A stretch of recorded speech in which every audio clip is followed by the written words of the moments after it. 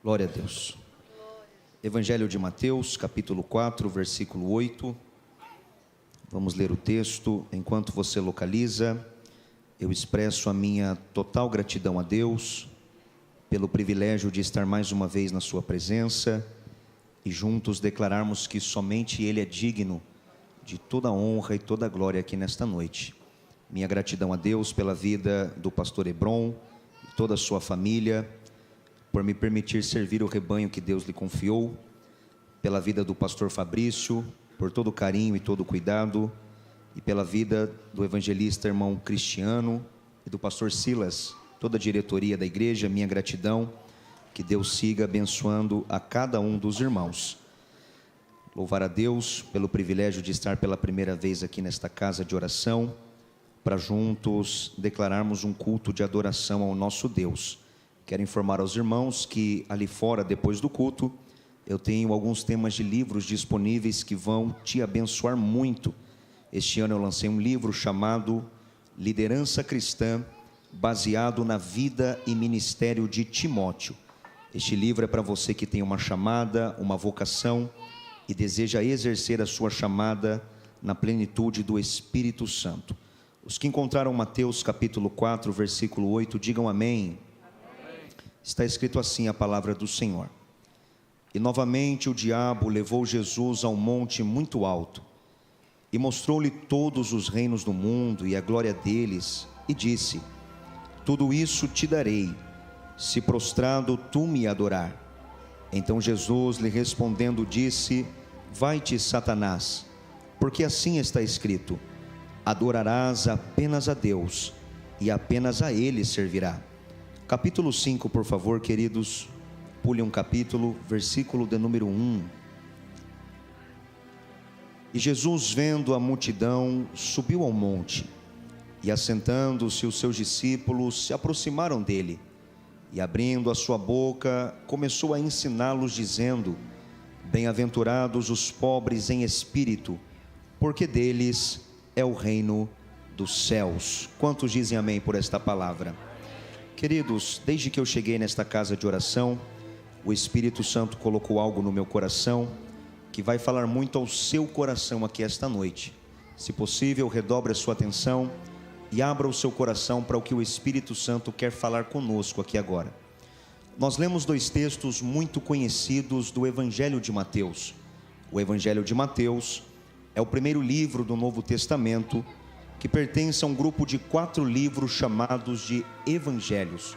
São livros totalmente dedicados a narrar e contar o período em que Jesus habitou esse mundo terrenal. Todos os irmãos aqui presentes sabem que o Evangelho de João, no capítulo 1 do seu livro, narra dizendo: no princípio, Jesus era o Verbo estava com Deus, o Verbo era Deus, e todas as coisas foram feitas por Ele, e sem Ele nada do que foi feito se fez. João estava deixando bem claro para nós que Jesus sempre existiu. Ele é o autor da criação. Porém, há pouco mais de 2000 anos atrás, Cristo encarnou como homem, e como homem habitou neste mundo terrenal por 33 anos e meio. Desses 33 anos e meio, 3 anos foram dedicados exclusivamente ao ministério de Jesus. Durante 3 anos, Jesus andou em muitos lugares, pregando, curando, libertando e principalmente anunciando os valores do reino de Deus. Jesus, para dar o início ao seu ministério, aos 30 anos de idade, desce para o Rio Jordão, para ser batizado nas águas pelo seu primo João Batista. João Batista batizava todos os dias uma grande multidão nas águas do Jordão. Quando João Batista batizava as multidões, a mesma multidão questionava João, dizendo: João, és tu o Cristo, aquele que Moisés nos prometeu? E João respondia dizendo: não, na verdade, eu não sou digno nem de desatar as sandálias dos seus pés, porque eu vos batizo com água, mas aquele que vem após mim vos batizará com o Espírito Santo e com fogo. João Batista estava dando testemunho de Jesus, sobre quem Jesus era e o que Jesus faria. E foi assim, desde o nascimento de Jesus, muitos homens e mulheres deram testemunho de Jesus, sobre quem Jesus era e sobre o que Jesus faria, até o momento em que ele desce para o Rio Jordão, é batizado nas águas do Jordão, e o texto diz que após ser batizado, os céus se abriram naquele dia. O Espírito Santo desce sobre ele em forma corpórea de uma pomba, e a própria voz de Deus foi ouvida dos céus dizendo: eis aí o meu filho amado, e nele eu tenho muito prazer. Perceba, igreja, agora já não é mais João Batista que dá testemunho de Jesus aqui embaixo, agora é o próprio Deus lá em cima que dá testemunho de Jesus aqui embaixo.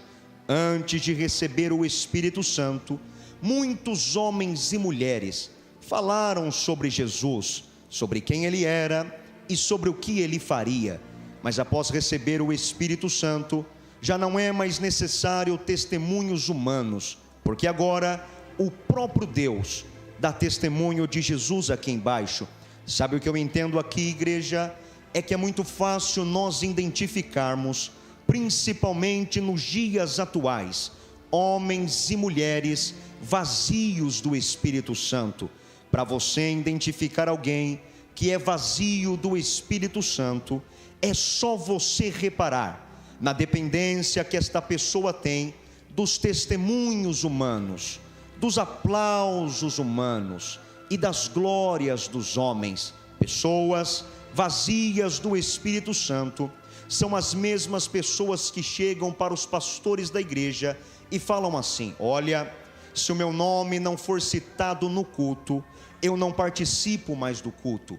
Se eu não tiver a oportunidade no culto, eu não venho mais para o culto. São pessoas vazias do Espírito Santo, que dependem e que precisam de aprovações humanas, testemunhos humanos. Porém, o que eu aprendo com Jesus na Bíblia é que também é muito fácil identificar homens e mulheres cheios do Espírito Santo. E quem é cheio do Espírito Santo, ele não precisa dos testemunhos humanos, ele não precisa dos aplausos humanos, porque homens e mulheres cheios do Espírito Santo, aonde ele coloca a planta dos seus pés, os céus já estão abertos sobre eles, e o próprio Deus lá em cima fala: ali vai o meu filho amado, ali vai a minha filha amada. Sabe o que é isso, igreja? Nós estamos em um ambiente de culto, eu estou pregando para homens e mulheres que talvez neste culto não tiveram oportunidade, talvez teu nome não foi citado neste culto, mas no mundo espiritual eu posso te garantir que desde o momento em que o primeiro crente entrou daquela porta para cá, no mundo espiritual, demônios tiveram que bater em retirada, enfermidades tiveram que ir embora, porque ainda não é na força do nosso nome, ainda não é no poder do nosso talento, mas ainda é na presença do Espírito Santo. Só quem tem esta presença e pode fazer o primeiro barulho de adoração para a gente encher esta casa. Porém, é apenas o início do ministério de Jesus. Com 30 anos de idade, ele é cheio do Espírito Santo, e a primeira obra do Espírito Santo na vida de Jesus não foi fazer Jesus conhecido em Israel, mas a primeira obra do Espírito Santo acontece aqui no capítulo 4, que nós acabamos de ler. O capítulo 4 e versículo 1 narra dizendo que o próprio Espírito Santo levou Jesus para o deserto, para ser tentado pelo diabo. Jesus vai para o deserto, é tentado pelo diabo, após jejuar 40 dias e 40 noites, ele sente fome, e ao sentir fome, o diabo se apresenta a Jesus no deserto, e lhe faz a primeira tentação. se tu és o Filho de Deus, ordene que essas pedras se transformem em pães. Perceba, igreja, Jesus estava com fome e o diabo está usando o pão para tentar a Jesus. Esta é uma arma muito poderosa, usada pelo nosso adversário no mundo espiritual. Ele sabe qual é a tua fraqueza, quais são os seus pontos fracos, e é nas suas fraquezas, no seu ponto fraco, que ele trabalha dia após dia para te tirar do centro e da vontade de Deus. É por isso que o apóstolo Paulo nos alertou dizendo que a nossa luta não é contra carne nem sangue, mas sim contra principados e potestades em regiões celestiais. Há uma batalha espiritual acontecendo que os teus olhos não conseguem ver, mas neste exato momento, anjos e demônios estão pelejando em prol da tua casa, em prol da tua vida, em prol da tua família. Porém, o nosso adversário é especialista em derrubar homens e mulheres, até mesmo dentro da casa do Senhor. Ele usa as suas armas poderosas para lutar contra a igreja de Jesus. Porém, igreja, neste dia, no deserto, o diabo não estava tentando alguém como eu e como você, pecadores e cheios de defeitos, mas o diabo estava tentando o próprio Filho de Deus, 40 dias e 40 noites, mergulhado na presença do Pai. Quando o diabo aparece com as suas armas poderosas, achando que iria derrubar Jesus, Jesus, com toda a autoridade do Espírito Santo, nos revelou a arma mais poderosa para vencer todas as armas do diabo, porque Jesus, com toda a autoridade do Espírito Santo, olhou para o diabo no deserto e disse: nem só de pão viverá o homem, mas de toda a palavra que sai da boca de Deus. Sabe o que Jesus está nos ensinando, igreja? Que as armas do diabo podem até ser poderosas contra o mundo lá fora, mas para você que veio aqui hoje, que ainda ama esta palavra, que ainda vive esta palavra, eu tenho uma notícia de Deus para você: descansa o teu coração. Na tua vida o diabo não toca, na tua casa o diabo não toca, você está guardado pelo poder desta palavra. Porém, queridos, foi a primeira tentação. Ele é vencido pelo poder da palavra, e ele faz a segunda tentação, e também é vencido pelo poder da palavra. E agora nós chegamos na terceira e última tentação, que foi a que nós lemos aqui, capítulo 4 e versículo 8 de Mateus. O diabo pega Jesus do deserto e o transporta para o alto de um monte. Do alto daquele monte, ele vai mostrar para Jesus todos os reinos desse mundo e as glórias desses reinos. E Lucas, narrando essa mesma história, diz que após mostrar os reinos do mundo para Jesus, o diabo propôs dizendo: tudo isso que você está vendo, eu posso te dar, porque a mim me foi dado, e eu dou a quem eu quero. É o diabo revelando a quem pertence os reinos desse mundo.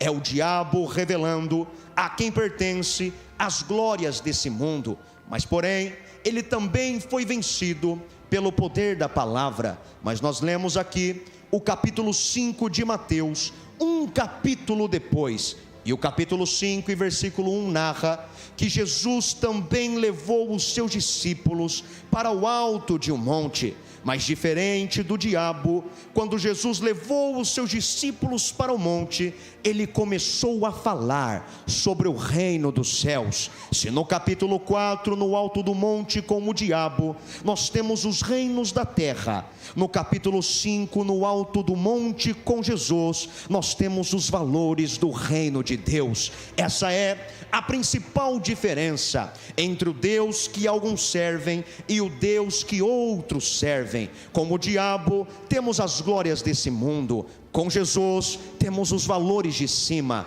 Igreja, hoje em dia, infelizmente, os valores do capítulo 4 já estão dentro de muitos corações de homens e mulheres, até mesmo dentro da casa do Senhor. E é muito fácil para você identificar homens e mulheres cujo seu coração não estão nos valores de cima, mas sim nos valores de baixo. É só você reparar todas as vezes que um homem ou uma mulher subir em cima deste altar que é santo, assumir esta tribuna que é santa, para falar com a igreja que também é santa, e ao abrir a sua boca, se tudo que sair das suas palavras forem valores desse mundo, você já pode orar por essa pessoa. São pessoas vazias do Espírito Santo. Porém, também é muito fácil a gente identificar homens e mulheres que ainda são cheios do Espírito Santo. E para você identificar estas pessoas, elas nem precisam estar com este microfone na mão, porque quem é cheio do Espírito Santo, quando entra daquela porta para cá, em um culto como esse, ele já entra dizendo: Senhor, a honra é tua, a glória é tua, e o louvor também é seu. Eu estou entrando na sua casa para prestar um culto de adoração, e não importa quem vai cantar, não importa quem vai pregar, eu vim para te adorar, porque ainda amo os valores do reino de Deus. Esta é a principal diferença. Porém, o capítulo 5 de Mateus é o início do Sermão da Montanha, a mensagem mais famosa e comentada do ministério de Jesus. Do capítulo 5 ao 7 de Mateus, Jesus pregou uma longa mensagem para uma grande multidão. E eu imagino a decepção dos carnais que foram naquele dia ouvir a mensagem de Jesus. Eu imagino alguns dizendo: poxa vida, nós viemos de tão longe para ouvir a mensagem deste Jesus, mas até agora tudo o que ele tem para nos dizer são os valores do reino de Deus. Até agora Jesus pregou sobre oração, sobre jejum, sobre humildade, sobre perdão, sobre ser sal da terra e a luz do mundo, e sobre praticar a sua palavra. Será que pelo menos no finalzinho da mensagem ele pregue alguma coisa que nos alegre, ele pregue alguma coisa que nos anime, e a gente vai sair daqui contente? Muito pelo contrário, o maior pregador que o mundo já conheceu, durante a sua maior mensagem, fez questão de terminar a sua pregação piorando ainda mais a situação para a igreja aqui na terra, porque Jesus termina a sua mensagem dizendo: olha, tinha um homem aqui neste mundo que um dia ouviu a minha palavra, e quando ouviu a minha palavra, ele foi construir uma casa. Quando a casa dele estava pronta, estava tudo bonitinho, estava tudo arrumadinho, vieram ventos contra a casa dele, vieram chuvas contra a casa dele, combateram a casa dele, e foi grande a sua queda. Esse homem Jesus chama de homem insensato, que apenas ouviu esta palavra e não praticou esta palavra. Mas Jesus continua dizendo: teve outro homem que também ouviu a minha palavra e também foi construir uma casa. Quando a casa dele estava pronta, estava tudo bonitinho, estava tudo arrumadinho, também vieram ventos contra a casa dele, também vieram chuvas contra a casa dele, combateram a casa dele, mas a casa dele permaneceu de pé, porque estava firmada sobre a rocha. Esse homem Jesus chama de homem sensato, que não apenas ouviu esta palavra, mas praticou esta palavra. Igreja, parece muito injusto a gente ver Jesus dizendo que tanto quem pratica a sua palavra, quanto quem não pratica, passa pelas mesmas dificuldades. Mas Jesus era um pregador espiritual, e só entende uma mensagem espiritual quem é um crente espiritual. Jesus está nos ensinando como funciona os valores no reino de Deus. O que Jesus está nos ensinando é que todo homem e toda mulher aqui na terra que um dia levantou a sua mão, se entregando a Jesus como único e suficiente Salvador, está em comunhão com a sua igreja, na obediência do seu pastor. Cristo já te autorizou a trabalhar na obra dele. Ou seja, se você é crente, está em comunhão, obedece a sua liderança, você já pode trabalhar na obra de Deus. Você já pode pregar, você já pode cantar, você já pode tocar, você já pode construir a sua casinha na obra do Senhor. Mas o que Jesus está nos ensinando é que de vez em quando, enquanto a igreja está aqui na terra, trabalhando, produzindo, construindo as suas casinhas, o próprio Jesus lá em cima vai mandar ventos contra a igreja, vai mandar provas contra a igreja, perseguições contra a igreja. Mas isso que ele manda não é para nos matar e nem para nos destruir, mas é para revelar quem é e quem não é na sua presença. O que Jesus está nos ensinando é que tem muita gente trabalhando na obra dele,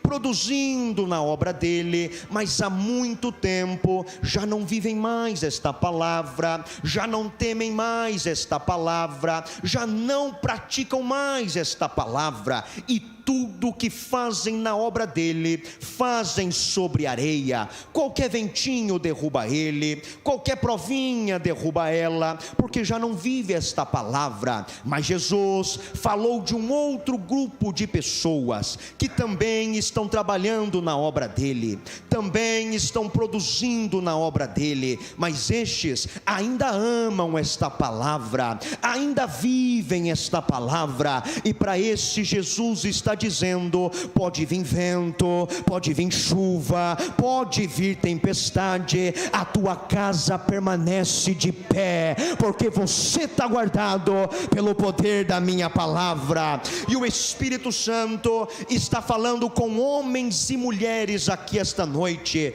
em uma geração em que muitos desistiram de praticar esta palavra, viraram as costas para esta palavra. Em um domingo comemorativo como este, você poderia estar lá na sua casa, com a sua família, mas veio aqui na casa do Senhor, porque ainda ama esta palavra, ainda vive esta palavra, e é por isso que Jesus está te falando: descansa o teu coração, enquanto você amar a minha palavra, nada toca na tua casa, nada toca na sua família. Este é o poder do Espírito Santo de Deus. Quantos amam o poder desta palavra? Levante a sua mão e faça um barulho de adoração a este Deus. Queridos, não vai ser possível terminar, eu preciso orar. Meu horário já foi. Fique em pé comigo, eu vou orar por você. Bendito seja o nome do Senhor.